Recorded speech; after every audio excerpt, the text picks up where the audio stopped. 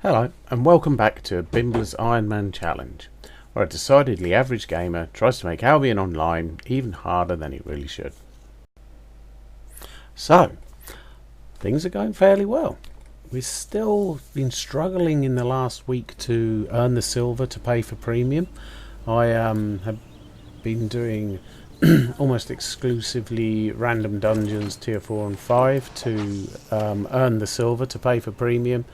And I did a little bit of a statistical exercise and worked out that I was making about 30,000 silver an hour.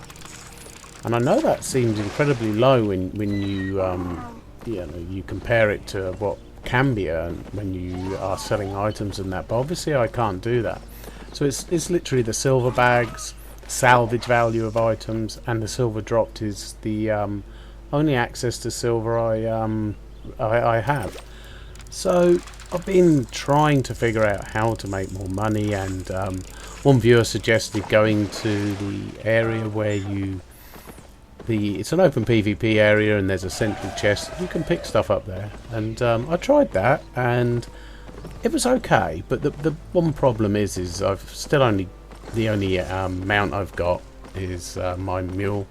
So I did it on foot just so I didn't lose my mule, because that would be a bit of a catastrophe. And I earned okay silver, but it probably wasn't actually quite as good as a random dungeon. So that's one I probably won't continue doing. And I've been sitting trying to think of how to earn more silver, and I started doing the static dungeons, and it's a particular static dungeon which is larger than the one that's normally situated closer to the cities, and that's going pretty well. And in fact, I just did a very rough statistical exercise, and I was earning more like 60 to 70,000 silver an hour, and so that's pretty good, especially compared to what I was earning.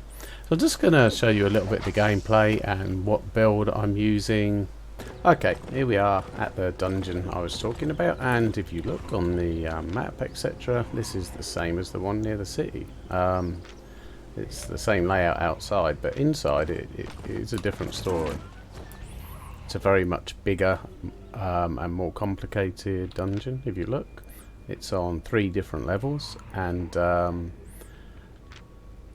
haven't done too much of the static dungeons, but the silver drops here are quite good. I'm using the one-handed dagger build that I used in the video from last time, and it's a very strong build, so I'm finding it pretty effective. I sometimes have to pull back out because although these mobs are quite squishy, they actually can do quite a lot of damage sometimes, so sometimes I have to do this because you've got about 5 of them hitting you all at once, and even though you use your meditation to get Bloodthirsty Blade back up, sometimes it's just not quick enough, so that all that time they're hitting you for, it just takes a few too many hits. I did die here once doing that, and the problem is dying is when you've got such low earning potential, it's pretty bad. It might cost me around 10k or something, and that wipes off a lot of earnings from that particular hour, that particular period of gameplay. So anyway, let's re-engage this pack of mobs. Should be able to deal with them in one go this time. Just got to keep an eye on my health all the time, because it's alright when Bloodthirsty Blade's up, because you're regenerating so much health so fast. It's pretty good.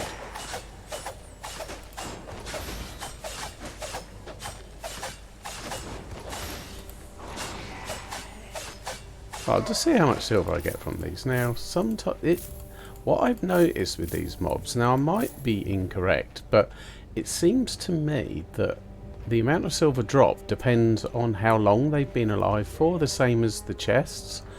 When the chests spawn, they have a certain value attached to them, and then that grows the longer that they are until they're harvested, and that's the value that you get. And it seems the same with the mobs, because I got 88 silver there. Sometimes you get 100, but when they've just spawned you get nearer 50. So that's quite interesting that you can use that mechanic to your advantage to try and maximize what you're earning by killing them and moving on to another part of the dungeon and not coming back until they've sort of accrued enough silver. So that's one way that I've been trying to maximize the silver from this area. Let's engage this pack and kill them.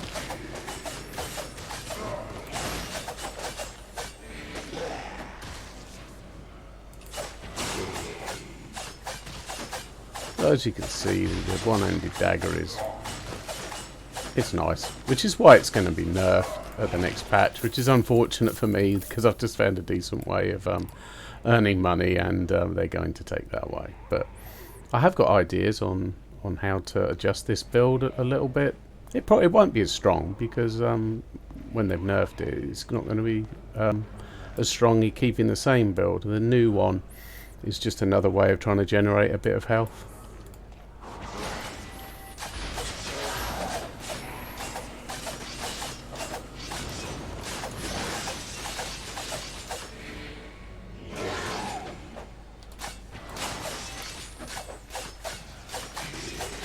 Horrible when the bloodthirsty blade is down, because you do take quite a bit of damage. You're actually quite squishy, even though you've got so much sustain. The build is fairly squishy because it's leather. So when bloodthirsty blade is down, it's a lot weaker. Bad timing there on my meditation. Not a problem though. You see there, we get 281. You can get as high as, I think, 450 off them. So, and we'll see here. This mob has just spawned. This one has freshly spawned. And we'll see. We got 88 off these same mobs a minute ago, right? And watch this one, 56. So, yeah, they appear like the longer they have been alive, the more you get from them. So that's quite an interesting fact, and something that you can use to your advantage to try and gather more silver.